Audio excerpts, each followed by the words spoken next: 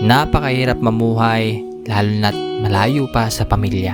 Katulad nga ng bago natin nakilala, siya si Kuya Nelson, ang amang naghahanap buhay upang masuportahan niya ang kanyang pangangailangan. Pagbabasura at pangangalakal ang trabaho niya. Kwento ni Kuya Nelson, nasa Marinduque raw ang kanyang magina at 3 taon nang hindi niya nayayakap ito. Gustuin man niyang bisitahin ito sa Marinduque, ngunit kulang na kulang pa ang kanyang kinikita. Kaya sa halip na puntahan niya ito, ay nag-iipon na lang upang may maipadala ito sa pamilya niya. Ay, ibig sabihin, pagkasahod mo, diretso agad sa anak mo. Oo. Dun sa Padala ko Marinduque. siya, 2,000. Binita ko maintenance. Nagahulog na sa ISIS. May maintenance ka pa. At dito ko rin napag-alaman na may karamdaman raw ang kanyang anak. Tapos parang special child yun eh. Bakit po ano pong meron? Parang yung niya pagkaanak ay adalain siya.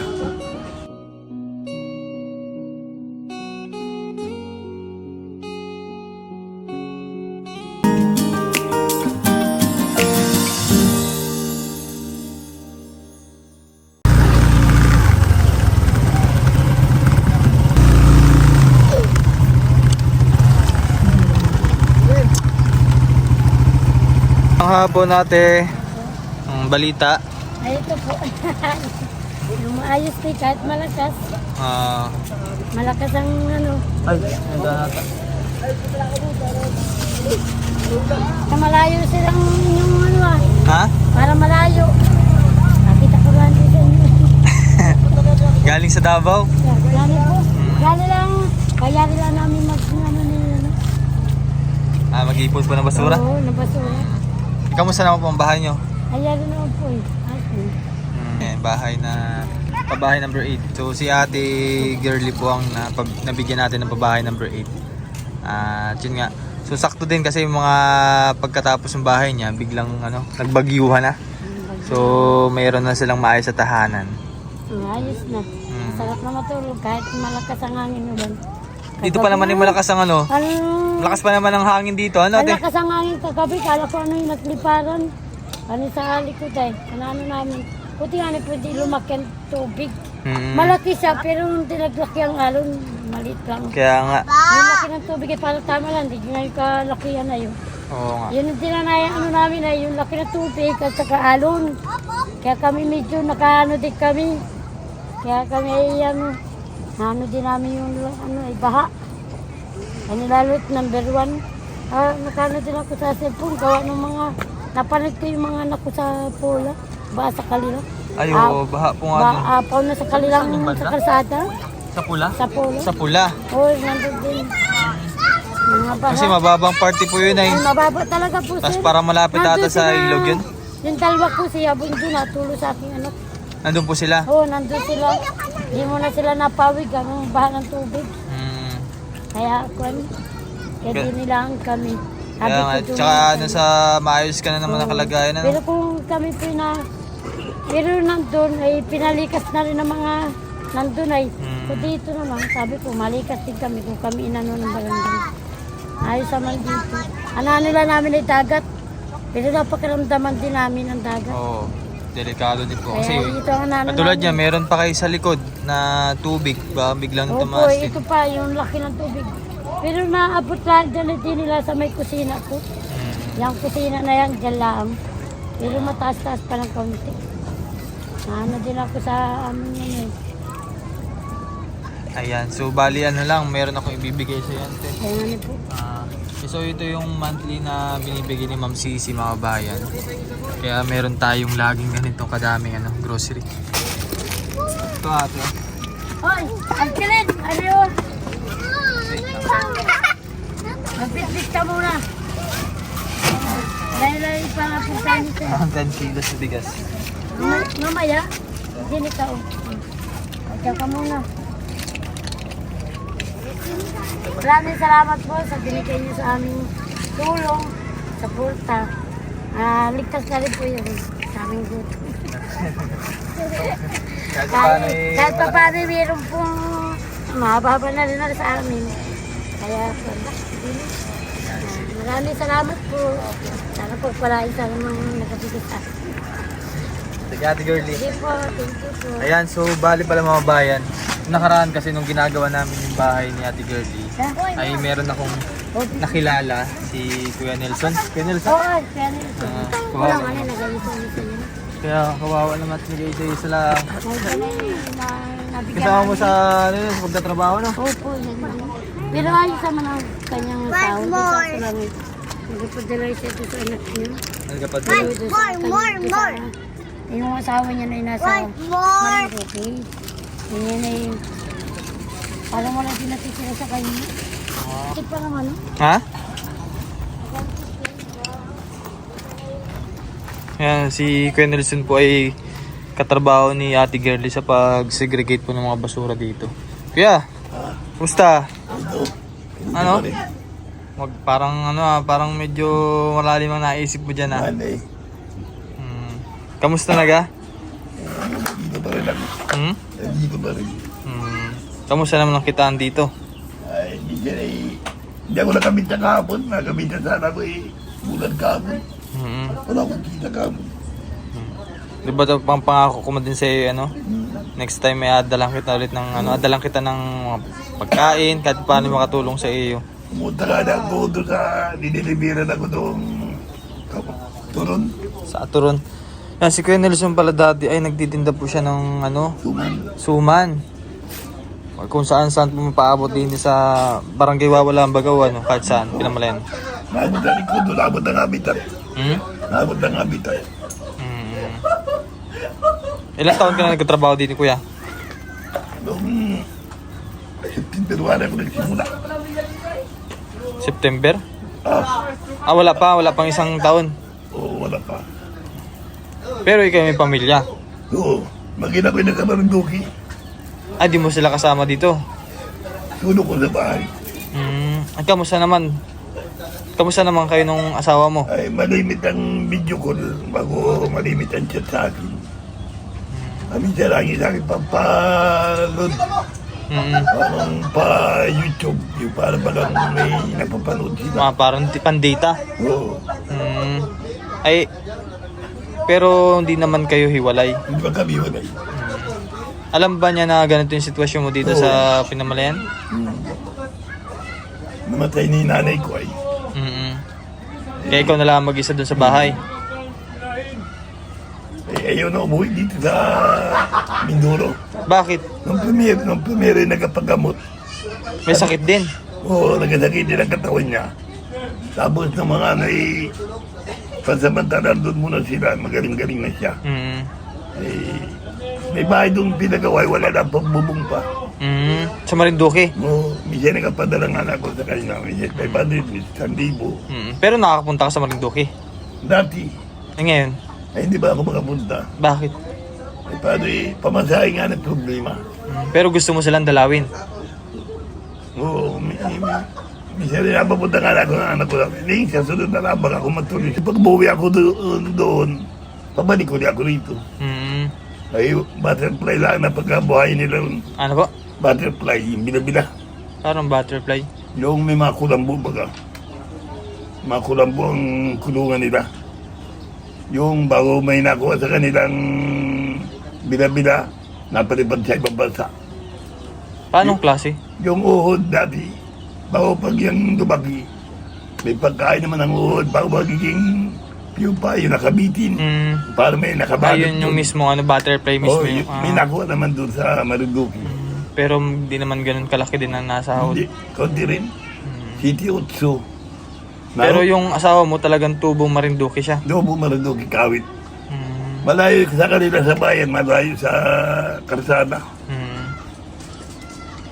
Ay, miss mo na, pati yung magina mo. Gano'n mo sila ka-miss? Ay, matagal na. Ay, gustong uwi sa aking anak dito. Ayaw pa uwi ng ina. Kasama sa parang special child yun ay. Ay, gano'n sa ano. Bakit po ano pong meron?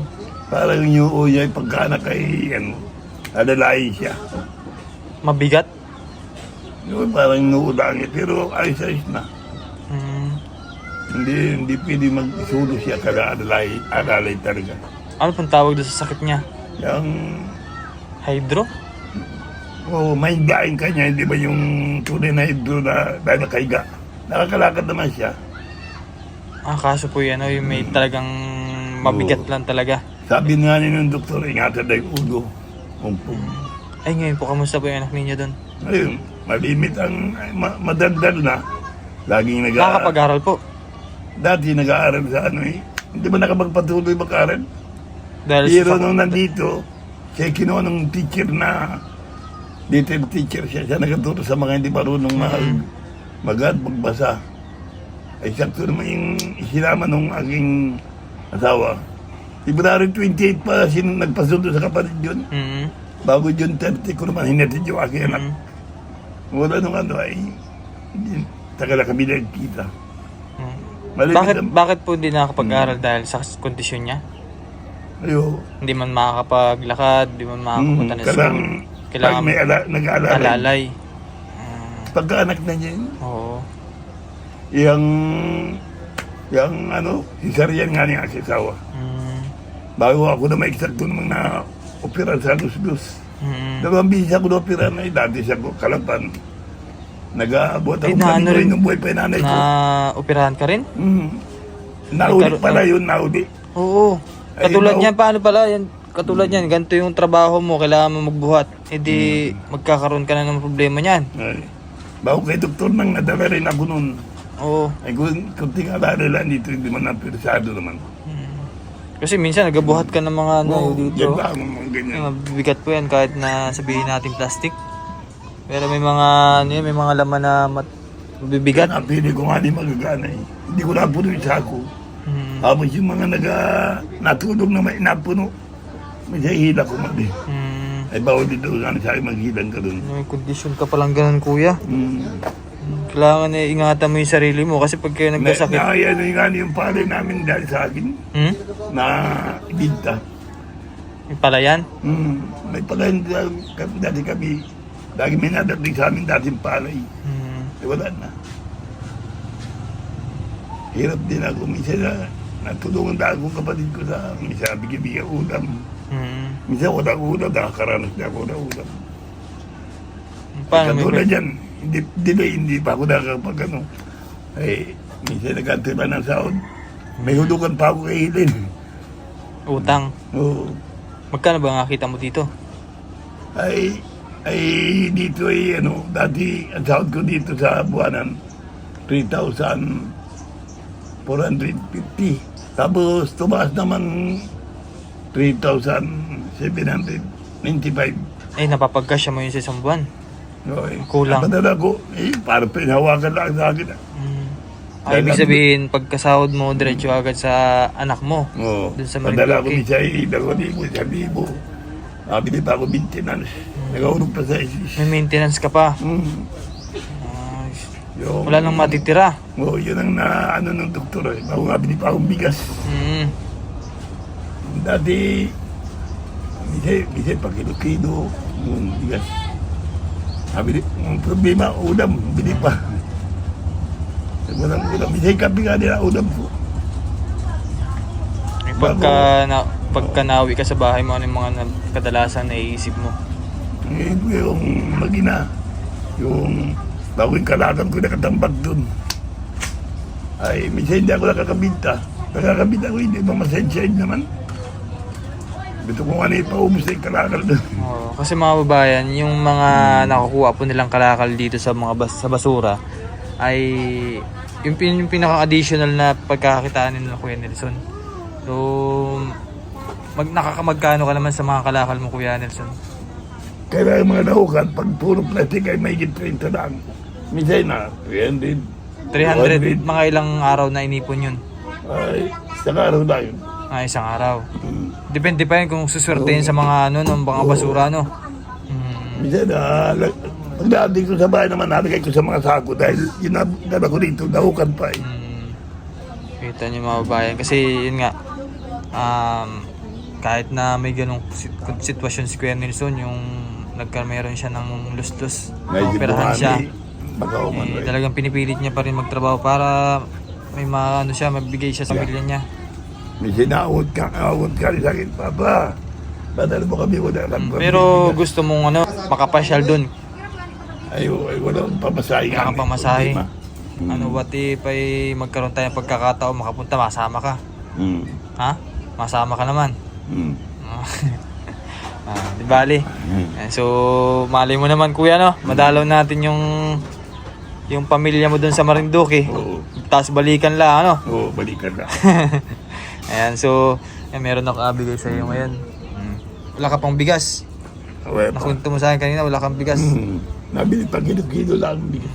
Saktuhan lang din, ano? Kasi hindi naman ganun kalakihan din ang naiipon, ano? Wait lang, may abigay ako sa iyo. Bagan. Mabigat. Hindi. Ayos lang? Kalong eh, bago nakakalong yun. Oh. Saan nalagay yan? Ano ba? Ay, may bait yan, kuya. Ayun, sige, lagyan natin sa bike. Kalakal mo, amin na muna yung kalakal mo.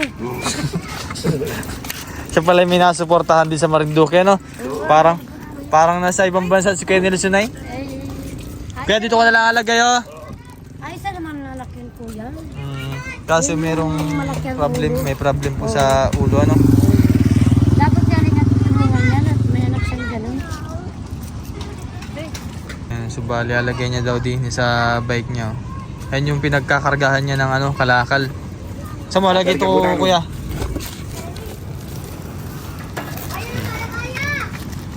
Ayos yung ano mo, 4x4 mo ah.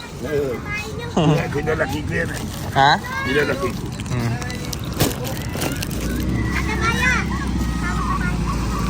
Talihan mo na lang. Oo, sagad. Yan, nalaglag na yung ballpen mo.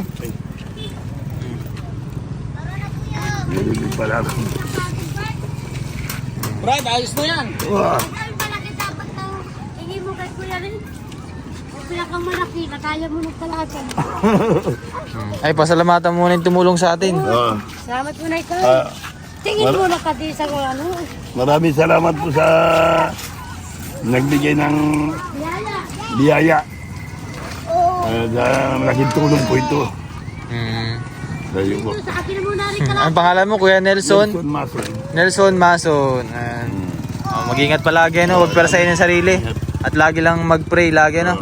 Huwag mawawala ng pag-asa. Sige po. Maraming salamat. Ayan. So, thank you very much po kay Ma'am Cici and Sir KP sa tulong nyo sa mga kababayan natin dito sa Oriental Mindoro. Maraming salamat po.